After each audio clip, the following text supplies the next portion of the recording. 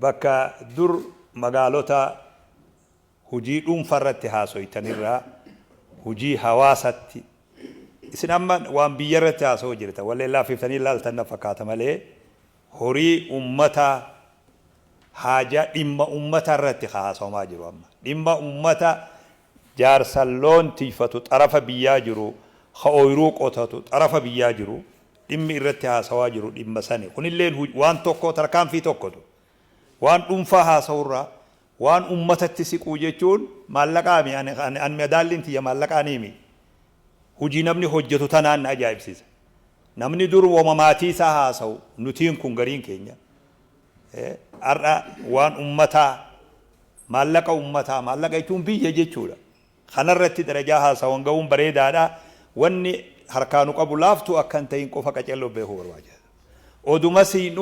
oduma siinu goolii bira geenya ammatu teenyumaafu goolii seenuu deemna kan bokkaraami akkasi beeka qacellooti ta'u gaafa dura jalaa ol dhiibnu san waan laafaa fakkaata dhiibnee amma immoo seenuu jirra bakka jabduu akka ta'e dorgommii seenuu deemna dhiira bifaa ganda lola jan ogguma dhuufaa harrabaatuun akka harree boojitu si beekee jedhamti jedha dorgommiitti ba'uu deemna aalama dorgommiitti yeroo sattaramanii ta'an namni hundi jabaadha yeroo dhokannee waan keenya oofnu namni hundi jabaa yeroo dorgommii seenan ammoo hedduu ulfaataadha dorgommiin bifa qabdi bifa siitanaan dorgommii tana mooyee namni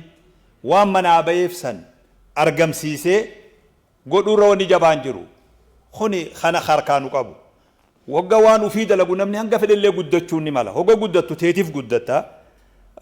maasha Allah argatuma siin ja'an malee ashaaraan ati ummata biraa qabdu hin jirtu duuba arra immoo guddinni amma harkaa qabnu kun guddina hawaasa guddifnu waan ta'eef maallaqa qofaami ashaaraa hawaasa keessaa qabnatu namni waan kana miilan lafa dhaabe arra abboota tahee dildila warri duraa kun